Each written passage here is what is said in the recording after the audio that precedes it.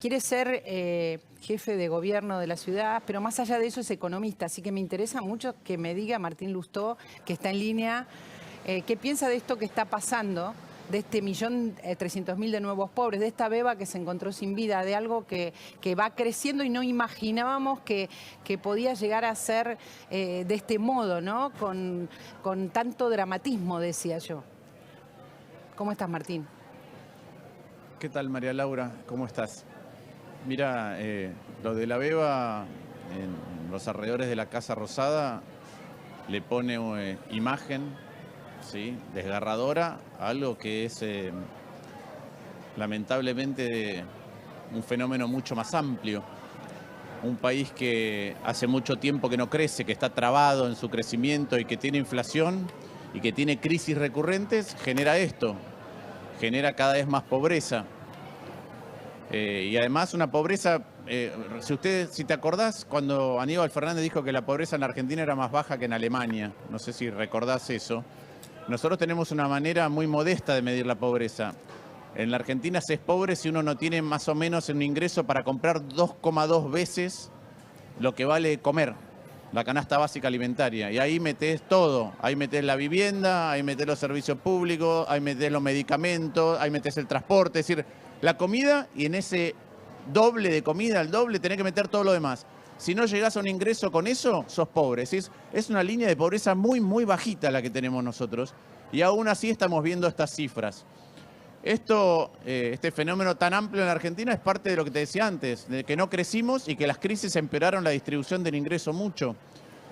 En el 74 la distribución del ingreso era mejor y crecimos poco. Si hoy tuviéramos la distribución de ingresos que teníamos antes, habría 18% de pobreza. Si hubiéramos crecido como antes del 74, en el crecimiento histórico de la Argentina, habría 10% de pobreza. Si hubiéramos crecido sin crisis y por ende sin deteriorar la distribución de ingresos, la Argentina tendría pobreza cero. Cero. Y esto es lo que debe doler. Lo que debe doler es nosotros tenemos que arreglar el Estado para arreglar la economía, porque lo que vos ves que recién comentaban de Concordia. Quiero lo que mostrarte, vos ves perdón, te quiero mostrar de una mientras beba, las que una beba imágenes de muriendo. Concordia. Sí, te escucho. Sí, yo no las puedo ver desde acá las imágenes, pero las conozco porque he estado en Concordia. Pero digo, esas imágenes desgarradoras o lo de la beba, lo que también te muestran es que el Estado no puede responder a nada. Y eso es lo que tenemos. Nosotros tenemos un Estado que gasta mucho y gasta muy mal, y eso también es parte de por qué Argentina no crece. Cuando el Estado está tan desordenado, ¿qué quiere decir que gasta mucho y muy mal? Nosotros gastamos 2 veces lo que se gastaba por habitante, ajustado por inflación, de lo que gastábamos hace 30 años. Y no recibimos 2 veces más de nada. Y eso está muchas veces ejemplificado. A veces yo uso la imagen de los trenes, ¿no? El tren a Mendoza tarda 10 horas más que antes. El tren a Mar del Plata tarda 4 horas más que hace 60 años. Bueno, ese Estado está replicado en salud, en seguridad, en educación, en justicia, en infraestructura, en jubilaciones. Ese es el deterioro que hemos tenido. Y ese Estado genera crisis, no nos facilita la vida. Y ese Estado no te atiende cuando lo necesitas. Y entonces después, no es que nos despertamos un día con estas cosas, porque están presentes y las vemos cotidianamente, quienes caminamos, quienes transitamos, las vemos. Pero a veces nos golpea con un impacto, nos golpea con una imagen y es un recordatorio violento de algo que pasa cotidianamente en la Argentina. Es así, por eso aprovechamos la necesidad de dar a conocer los números del INDEC con la imagen que lo represente. En estos momentos está en el aire la imagen de un ex basural.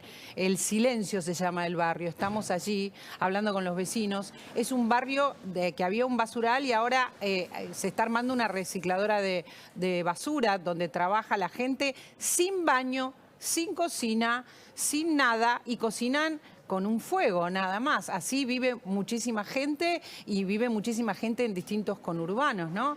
Esto es lo que se ha ido instalando y digamos, en los últimos meses la aceleración es tremenda. 1.300.000 nuevos pobres. Como vos decís, mostrando simplemente los que no llegan a comprar las canastas básicas, no el resto de las comodidades o de la vida, sino simplemente con los alimentos o los medicamentos. Bueno, y además en un contexto donde la economía cae y la inflación es alta, tenés cada vez más pobres. Porque vos pensás que hay mucha gente que está cerca de ser pobre, en la medida en que sus ingresos, mejor dicho, los precios suben y sus ingresos no suben, pierden poder adquisitivo, entonces les deja de alcanzar. Y pensá en aquellos, nosotros medimos la pobreza con tu ingreso regular y lo que te cuesta, insisto, el doble de lo que te cuesta comer. Si no llegas a eso, sos pobre. Pero pensá, por ejemplo, en el padecimiento de aquellos que están por encima de la línea de pobreza. Muy poquito por encima. Si se te rompe un artefacto en tu casa, se te rompe un caño, si tenés que comprarle los útiles a los chicos, si ahora viene el invierno y es frío y tenés que comprar un pullover, ese mes, aunque estés por encima, vas a ser pobre. Entonces, ese es el estado en el que estamos viviendo y esto es lo que hay que transformar radicalmente. Porque el estado que estamos viviendo es producto de un estado que se administra mal. No solamente que tiene déficit. Acá el problema no es el déficit es el síntoma. Nosotros tenemos déficit porque tenemos mucha más plata en el Estado, porque cobramos más impuestos, pero porque se la gasta mal. Es interesante porque vos decís simultáneamente, se la gasta mal, se puede gastar bien, se puede aprovechar esa plata. Hay unos números que no quiero dejar de compartir antes que me digas si es que se puede y cómo se puede, que los trajo Rubén, que son los creadores de pobreza, ¿no?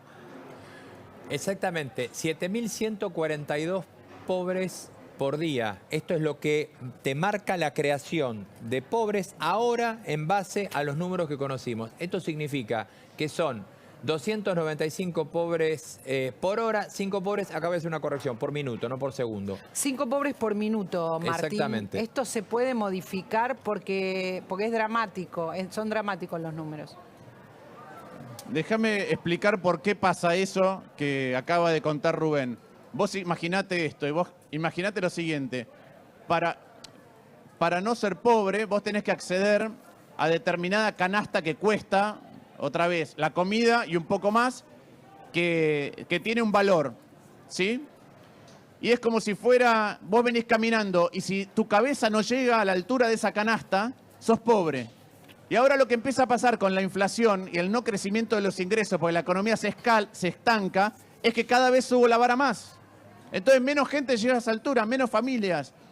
Y adicionalmente, producto de cómo es nuestra distribución y nuestra socioeconómica, cuanto vos tenés un nivel de pobreza, tenés más chicos todavía que el porcentaje general debajo de la línea de pobreza. Martín, y entonces estás condenando eso a un nivel de pobreza más grande a futuro, a menos que hagas algo distinto.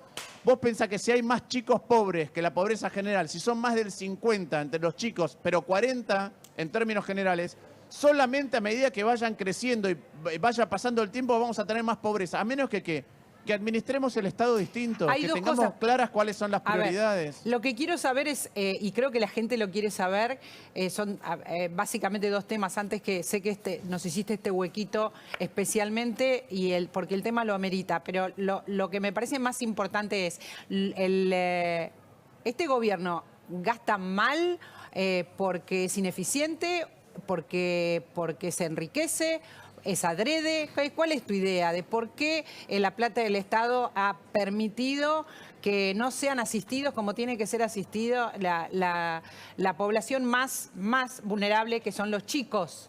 No nos olvidemos que empezamos el programa mostrando esta beba que vamos a volver a mostrar, que murió en la puerta de la Casa Rosada, en la vereda de la Casa Rosada, y en la cantidad de chicos pobres, que son alrededor del 54% en la Argentina. Este gobierno, ¿qué hizo a tu criterio con la plata del Estado? Mira, para gastar bien, primero tenés que tener las prioridades correctas. Y este gobierno muchas veces gasta en cosas que no son prioridad.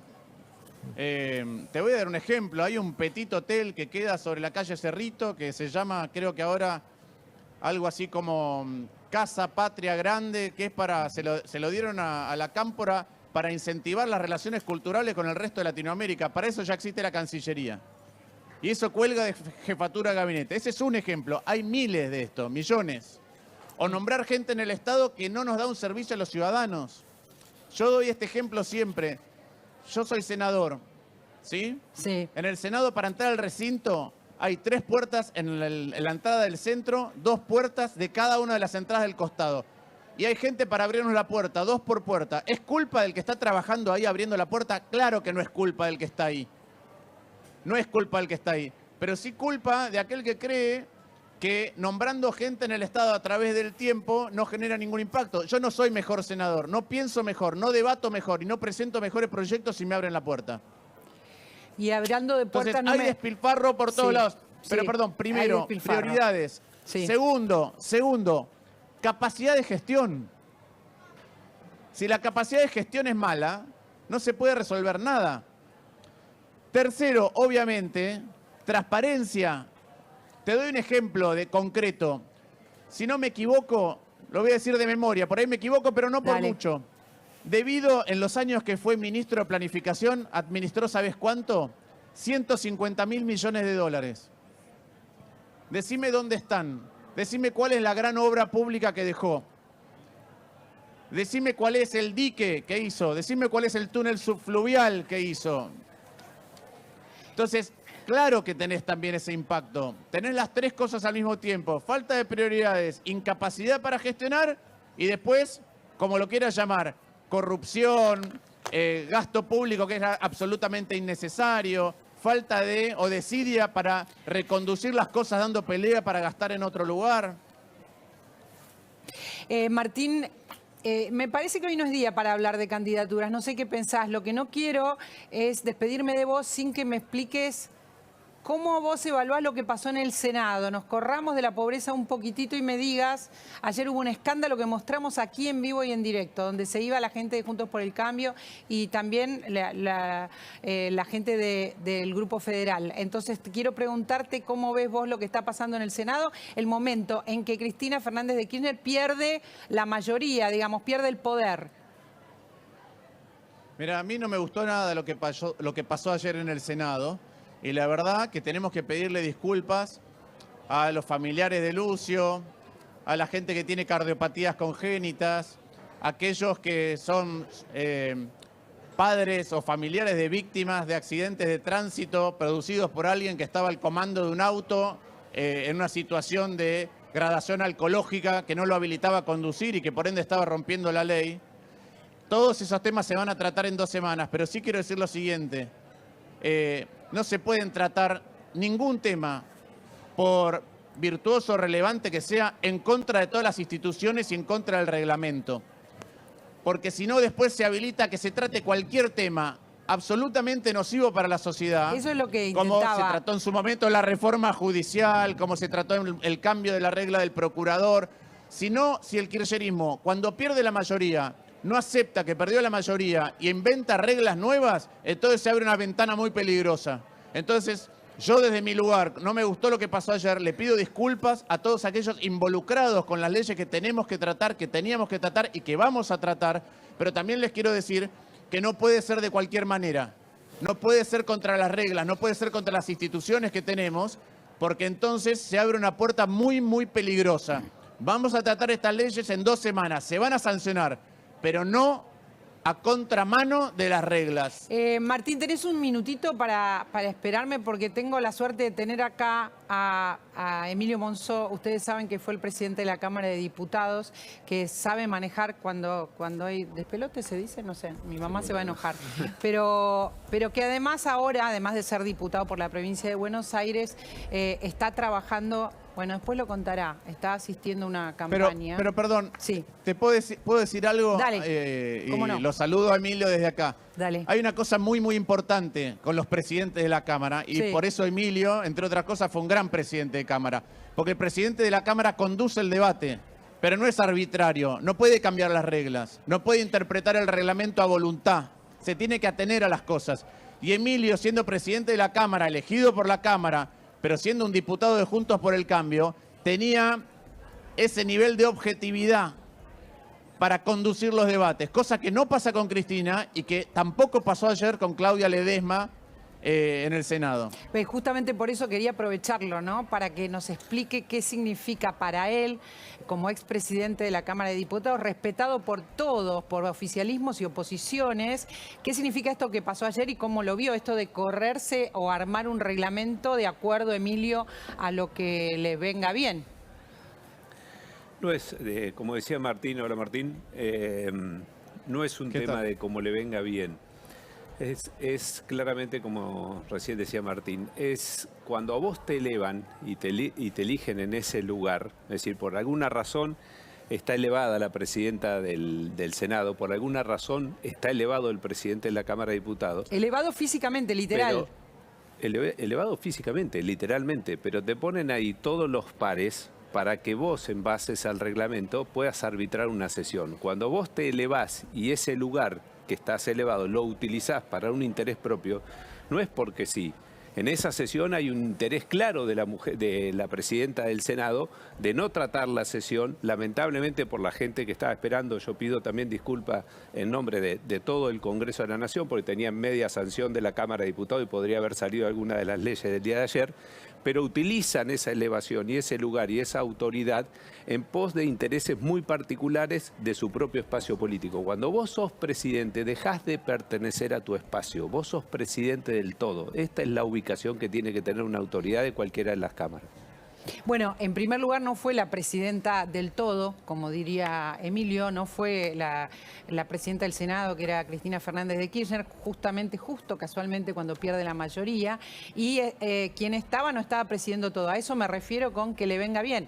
Había decidido pasar por encima de los reglamentos, ¿no? Ayer, y Sí. seguir con la agenda propia.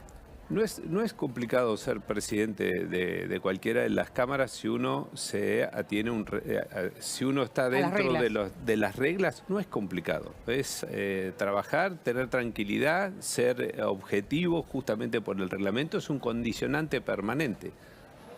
Es muy... Ahora, si cambian las reglas, como dice Martín, preparémonos para que ya el Senado sea ahí sí te diría que es cualquier cosa, y yo celebro que ayer los senadores se hayan puesto firme para que ese reglamento no sea vulnerado por decisión de la presidenta. Y Emilio, ¿cómo juegan ahí las mayorías, no? Porque lo que pasaba ayer claramente era que era la primera vez que el Frente de Todos perdía la mayoría en el Senado. ¿Cómo hace un presidente acostumbrado a gobernar con mayorías en las cámaras para acostumbrarse a perder? Sí, bueno... Que vaya al psicólogo, ¿no?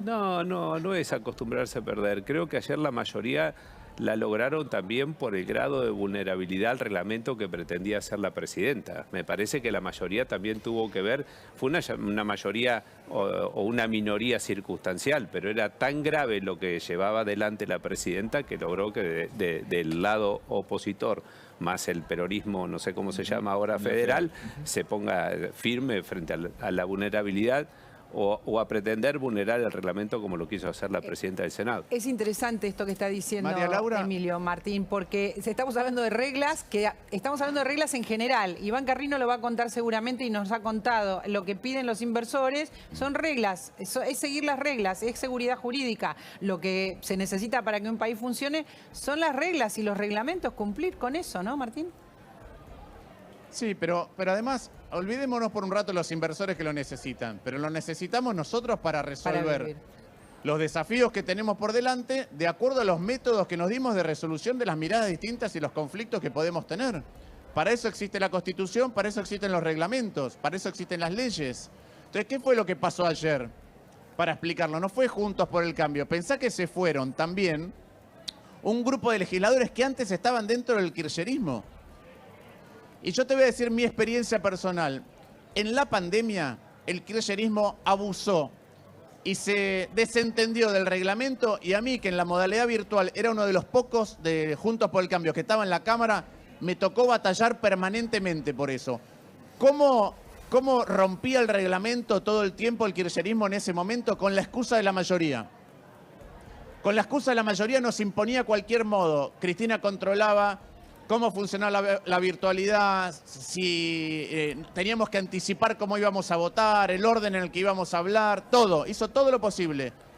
Ahora que perdió la mayoría, rompe el reglamento con la minoría, y nosotros eso no lo podemos permitir porque se abren problemas muy grandes o o riesgos muy graves desde todo punto de vista.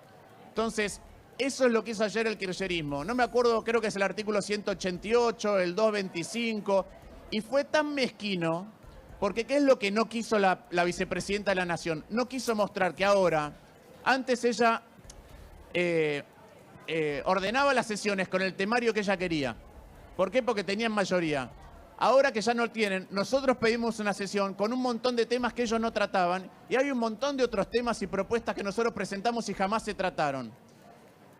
Prefirió armar este circo de romper el reglamento para que reaccionáramos, porque no quiso mostrar que nosotros podíamos y teníamos el número suficiente para convocar una sesión a pesar de ella. Esa es la mezquindad. Sí. Es al revés de cómo se está contando. Ayer no tuvimos leyes porque ellos no quisieron mostrar que nosotros, Juntos por el Cambio y el nuevo bloque del peronismo federal, podíamos empezar a meter nosotros los temas en la sesión. Y agreguemos que hace 6 meses que no hay labor parlamentaria en el Senado y hace desde noviembre que no hay sesiones, ¿no? Así es. Y el trabajo en comisiones, nosotros mandamos proyectos, no se tratan... Ustedes en general ven, o los televidentes, ¿qué ven? Ven cuando nosotros sesionamos, pero el trabajo importante del Congreso es en las comisiones donde se tratan los proyectos que mandamos. No se tratan ninguno. Lo que mandamos nosotros no se trata ninguno. Hay algo que... Yo tengo proyectos presentados para eliminar las jubilaciones de privilegio. No se tratan, no se tratan.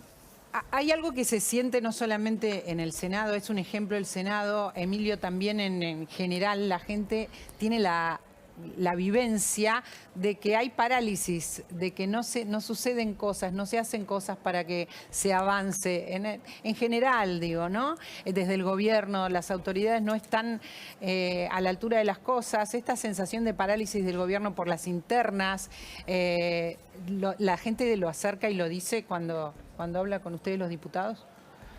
Sí, obviamente que eso se manifiesta en todo el tiempo, pero la parálisis del Congreso tiene que ver por lo que decía, en el caso del Senado es un tema muy excepcional, está cerrado prácticamente el Senado, es bueno que con esta nueva mayoría comience a funcionar nuevamente, pero la parálisis tiene que ver con el Poder Ejecutivo en general, lo que pasa en la Cámara de Diputados. De hecho, ayer mismo tuvimos la reunión con el jefe de gabinete y es todo, para decirlo en términos groseros, casi un chiquero.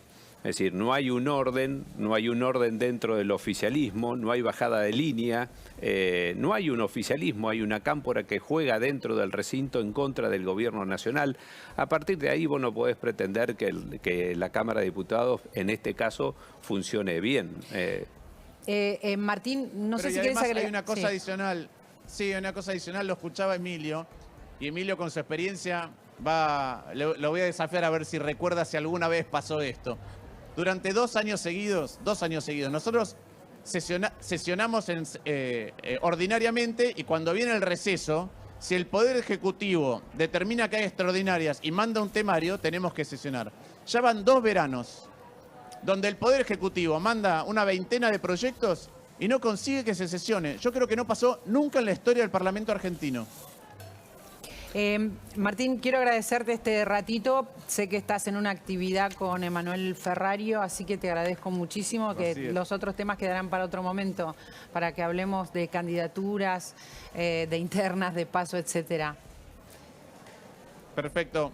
Muchas gracias y un saludo muy grande a todos ahí. Muchas gracias, muchas gracias.